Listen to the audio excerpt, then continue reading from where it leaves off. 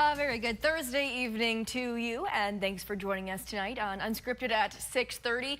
Today was kind of a repeat of yesterday. A lot of clouds across northern Michigan, some cooler temperatures today too, and it sounds like more rain is on the way. Is that right, Trevor? Yes, true. And if tomorrow won't be another day exactly like this one, where we'll have a lot of clouds in the morning, and well, I think we'll have a lot more sunshine, at least a little bit more sunshine in the afternoon and evening tomorrow than we did today. Nice. I really thought we'd get some sunshine today, and it ended up not happening. Yeah. But that did allow us to have some colder temperatures, which kind of killed our storm chances tonight in the early evening. So that just means that all we're left with is the storm chances and scattered rain showers that we have moving in late overnight tonight into tomorrow morning. So as you mentioned, we are going to get more rain, and it's going to be the last big stretch of rain that we have here, ending our long stretch of active weather for the past week and a half or so.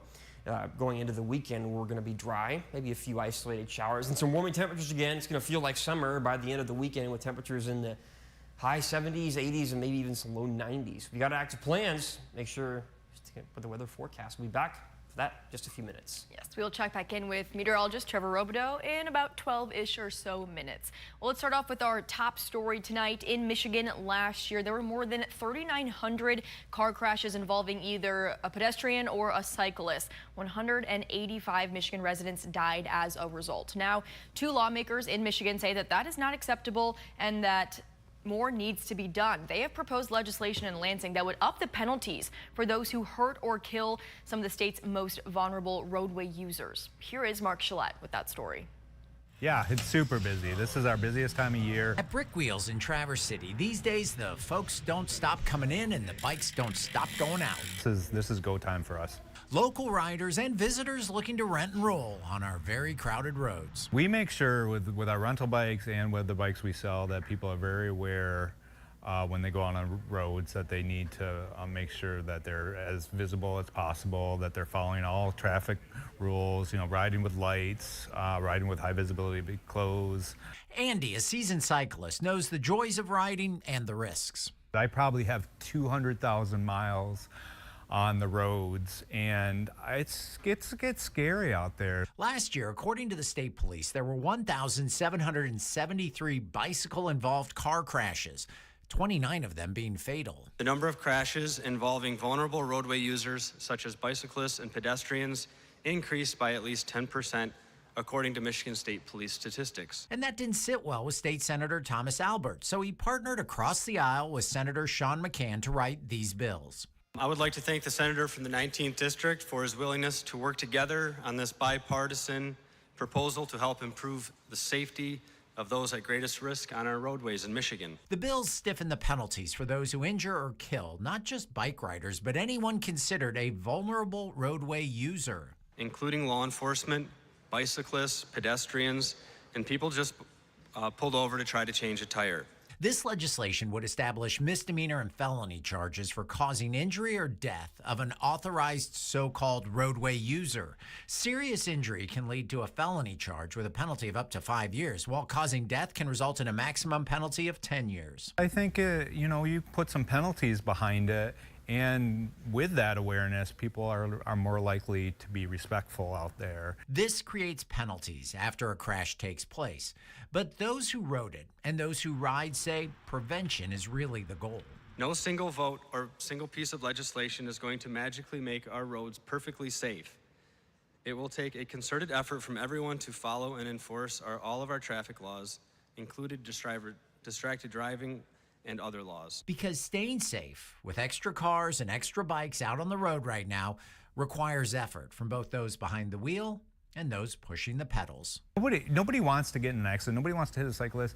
So let's just all get along and let's try to be safe.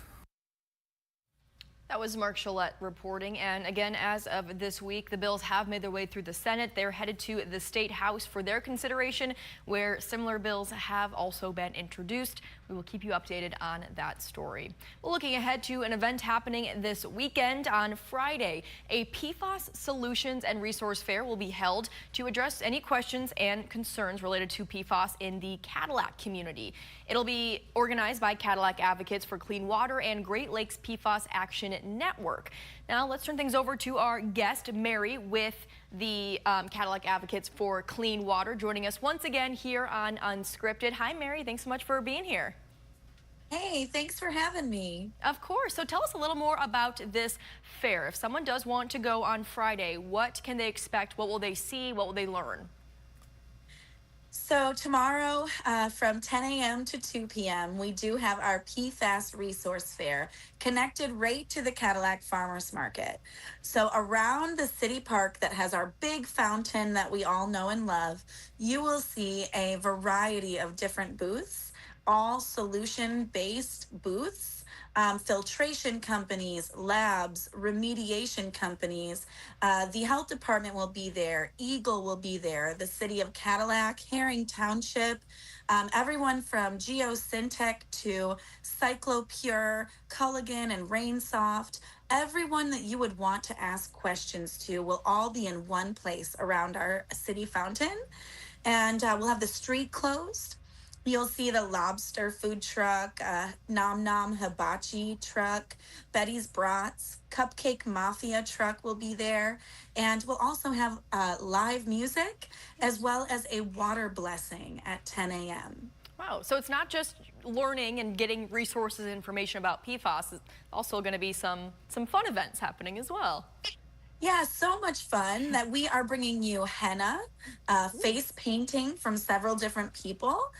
We will have hair braiding, short Reiki energy healing, and a couple of other amazing booths down there right by the pavilion.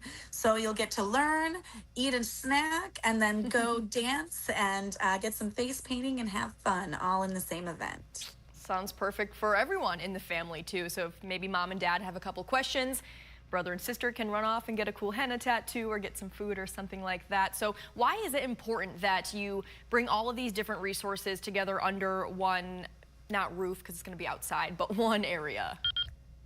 Yes, there has been a huge team of us that has made this event happen. Susan Giftos has been instrumental to this event, and Brian Warner and Matthew Schichtel from the LDFA, Owen Roberts at the city. It's taken a lot of people from Jerica Kiley and Emily Miller have helped us a lot with advertising. And I mean, from Bill Barnett and Art Stevens, I mean, there has been dozens of people that have helped put this together. And I am just so grateful to have such a strong team. And we think this event is really important because we need solutions here. The people here need to understand filtration and be able to have an easy education on all of this. And I've also heard that there might be some pilot programs that the city of Cadillac are looking at, and maybe some other municipalities too, like Herring Township. So those are some opportunities that when you get the right people together, things can happen. So that's really what we're hoping for. That and just having some fun. Sure. And I think, Mary, the last time that I saw and talked with you was during our PFAS town hall, and that was a couple of months ago in Cadillac. Has anything changed? Any big new news or announcements when it comes to PFAS contamination in Cadillac or solutions since then? Yeah, well, I have seen that Herring Township has put some municipal water lines down towards down towards Baker College, and that was amazing. But the Cadillac Advocates for Clean Water have received from our partner in this event tomorrow, the Great Lakes PFAS Action Network, or GLPAN, has donated 50 tests to our area, and we're very blessed to have those. There's also the Lions Club has came through and joined together with our funds from the GoFundMe that we put together, and we are buying another 25 tests with the Lions donation. So that's 75 more tests for our community. If there's anyone out there who's been wanting to get their water tested, but maybe needs a little help with that, the Cadillac Advocates for Clean Water is here for that. So please come on down and you can sign up for a free test right at our event tomorrow. All right, Mary, thank you so much for joining us and for sharing some more information about the PFAS Resource Fair happening tomorrow. Again, that is in Cadillac from 10 a.m. to 2 p.m. We have more information over on our website, UpNorthLive.com. Well, a pretty cool story out of Otsego County tonight. A $30 million renovation at Otsego Memorial Hospital is currently underway, and in the near future, the community will have a new birthing center and a critical care unit. But the construction zone is also giving the community a pretty unique look at its past. Up North Live's Mary Jane Glynn explains the unexpected treasure found in the hospital's wall. As construction crews transform Otsego Memorial Hospital, it is a glimpse from the past that brought the community together Thursday. It just gave me the shivers knowing that some of these people I remember and that are no longer here, that we got the hospital built on their shoulders. A time capsule found hidden inside the hospital's foundation. I've heard little glimpses back in the 80s and 90s that there was some sort of time capsule in the wall. But what was inside was a shock to many. I was surprised by the amount of paper in it, quite frankly. And if you think about it, it probably makes sense. They certainly didn't have the means of communication that we have today. Time was frozen in place. However, the hospital's history and story will remain being told accurately through the papers, documents, reel, and photos left behind. They have a lot of articles back in the 60s and early 70s of how the hospital, how they went to do their fundraising drives and how important it was to have a hospital here in the county. It's just interesting to see a lot of the pictures that they have of the groundbreaking that was right out here. One takeaway from the ceremony was acknowledging how impactful the hospital is. I've lived in communities where you didn't have it, and it had to travel 25 miles. And people need to be near their families when they're in the hospital, and the families can come and visit without going far away. This time capsule is a representation of what the community and memories mean to Gaylord. I think it gets to the spirit of Otsego County and the Gaylord community. You saw how many people were here today, and it's really a question of family. And there's that spirit that just undergirds commerce here and life here in Gaylord. It's a very, very special place. At today's time capsule reveal, staff and board members discussed creating a new time capsule to put in place during the renovations. In Otsego County, Mary Jane Glynn, Up North Live News. And while what was found was alluded to the 60s and 70s, the hospital doesn't know the exact date that the capsule was created. Well, can you tell what we're going to be talking about next? Not necessarily cherries, but we are talking about the National Cherry Festival and the upcoming air shows happening this weekend. And today, 2 Air Force fighter pilot teams landed at the U.S. Coast Guard Air Station at Traverse City.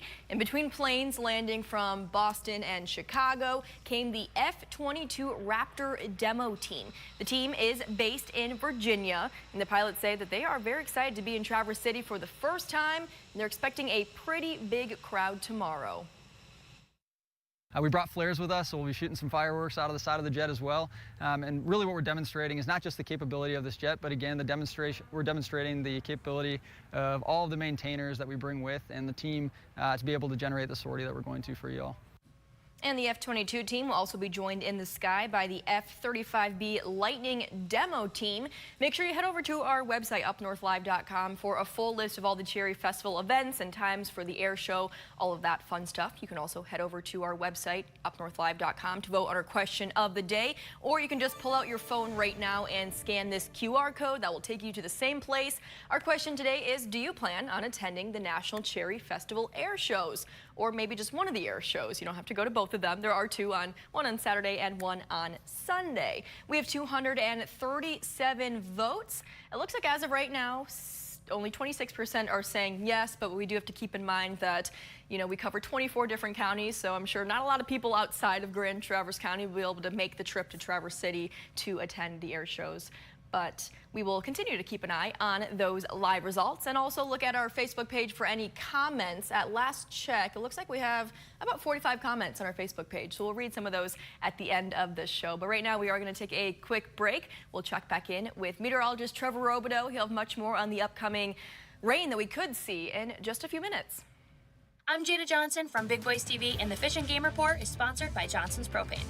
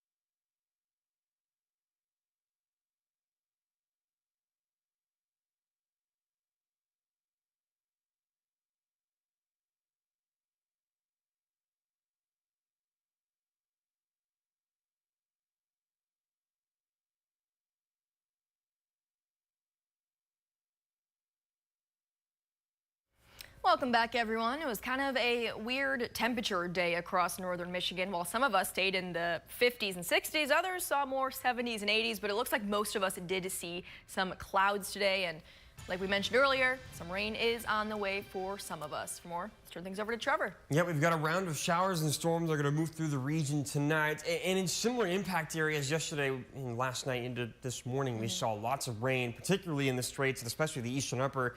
That's where we're going to get the majority of our rain tonight, too. But we'll turn things over to the full-time weather, the graphics. Taking a look, Maya mentioned the temperatures being weird today, and she's right. We had very cold temperatures on the shoreline of Lake Huron. Temperatures there were mostly in the high 50s. That's a result of cloud cover, lots of rain in the morning, and on top of that, a northeast and easterly wind kept things very cold there. But on the other side of the peninsula, all the way to the west, high 70s and low 80s right now currently. But generally in the 70s with lots of cloud cover around. Now we're building into our next system. The next weather maker, low pressure tonight into tomorrow morning, showers and storms likely. We have a much higher chance for storms with this system than we did with the one last night, and more heavy rain, localized heavy rain, is certainly possible in some spots tonight. There's the look over radar tonight, trying to fight to get rid of a lot of cloud cover, but there is still some low clouds and even a few isolated showers moving through the region tonight. There's the system on the way, though, and we do have some severe weather warnings and alerts in those states to the west, but we're not expecting any severe weather here other than perhaps maybe some larger wind at times. Here's the look overnight. We'll stay mostly dry for the next several hours until well past midnight. Again, this is going to happen very late. Most of this will happen well past midnight, 1 to 2 o'clock, kind of the onset of this. showers and storms moving through the region. Again, nothing severe, but there will be some heavier downpours embedded within this larger system. Most of our rain is going to be up to the north. And if you're waking up in the morning, 7 o'clock, 6 o'clock, expect some rain, especially up north. It's going to continue to move through the region. Later in the afternoon, things will dry out fairly quickly. There will still be some lingering showers and perhaps a few isolated storms too for the remainder of the day, but for the most part, the trend is we'll dry out past the early morning and even have some sunshine on the second half of the day. And then once we get towards our weekend, we'll have lots of sunshine on the second half of Saturday. Well, it will be cloudy in the morning. There's a look at our rainfall potential. Again, most of this rain is really going to be up north along the straits, the western shorelines, riding up the coast all the way towards the bridge, and then the eastern upper, anywhere from ½ an inch to a little more than an inch is possible. If you're south of that, anywhere from, I think, 1/10 to 1/4. And in some areas where we get the localized heavy rain from some of these isolated storms, you could see a bit more than that, depending on where you are. Mowing forecast, best day for that is going to be Saturday, as we have dry conditions and a few hit or miss showers return to the forecast both on Sunday and Monday. Tonight, 55 to 70. Again, the late showers and storms moving through, clouding over before that, though. The south to southwest wind, 10 to 25 miles per hour. It'll be very breezy tonight. That'll keep things on the warmer and humid side. Then tomorrow, warm and humid overall, and rain and storms in the morning, turning over to more isolated showers and storms in the afternoon, warm and muggy, as I mentioned. And then the extended forecast, dry for almost the entire weekend with very warm temperatures on Sunday. We'll get back into the 80s and maybe even some low 90s, so it'll feel like summer again pretty soon. All right, well, thank you so much, Trevor. We are going to take another quick break, but coming up next, our sports director, Harrison Beebe, sits it down with Mr. Golf of Michigan. Stay with us.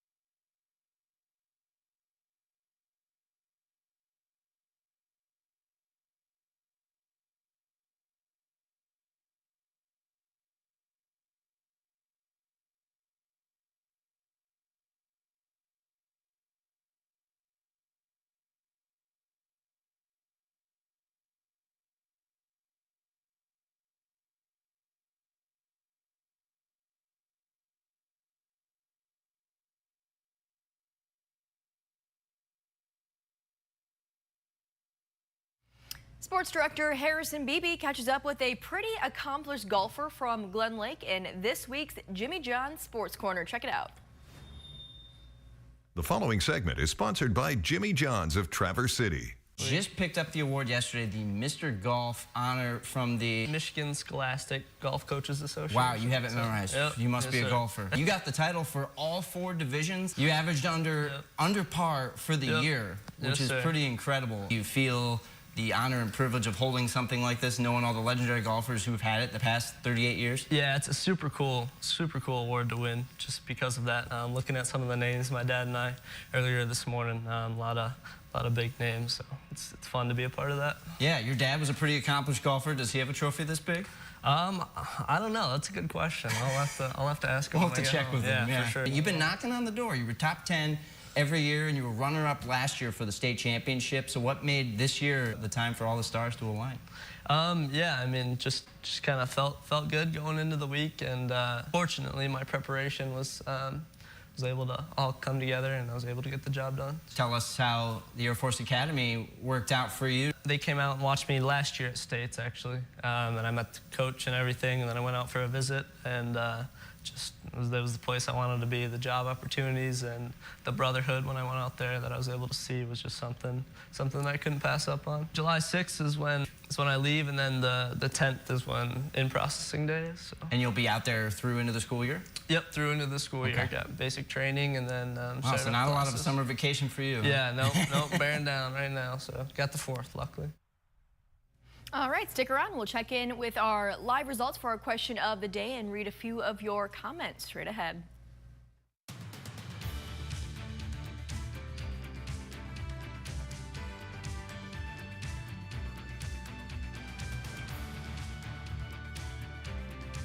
Salon services are furnished by Epiphany Advanced Academy in East Acme.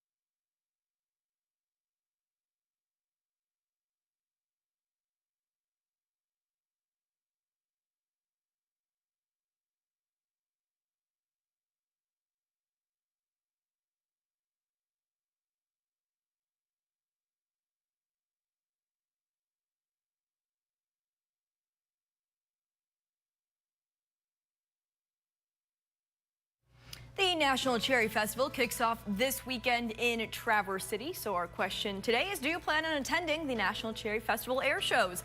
You can see the live results on your screen right now. 25% say yep. 75% say no. Over on Facebook, Tom says 100%. I'll be there especially to get pics of the F-22 and F-35. Lisa says, I plan on being there, first timer. Very exciting. Let's see, Debbie says no. I missed the Blue Angels and Thunderbirds. Diana says, oh yes, hashtag 99 years NCF. Yes, this is the 99th National Cherry Festival, so you already know that next year is going to be a pretty big one, but this year will still be pretty big as well. All right, that'll do it for Up North Live Unscripted tonight. Thank you so much for joining us. We'll see you back here tonight at 11 o'clock.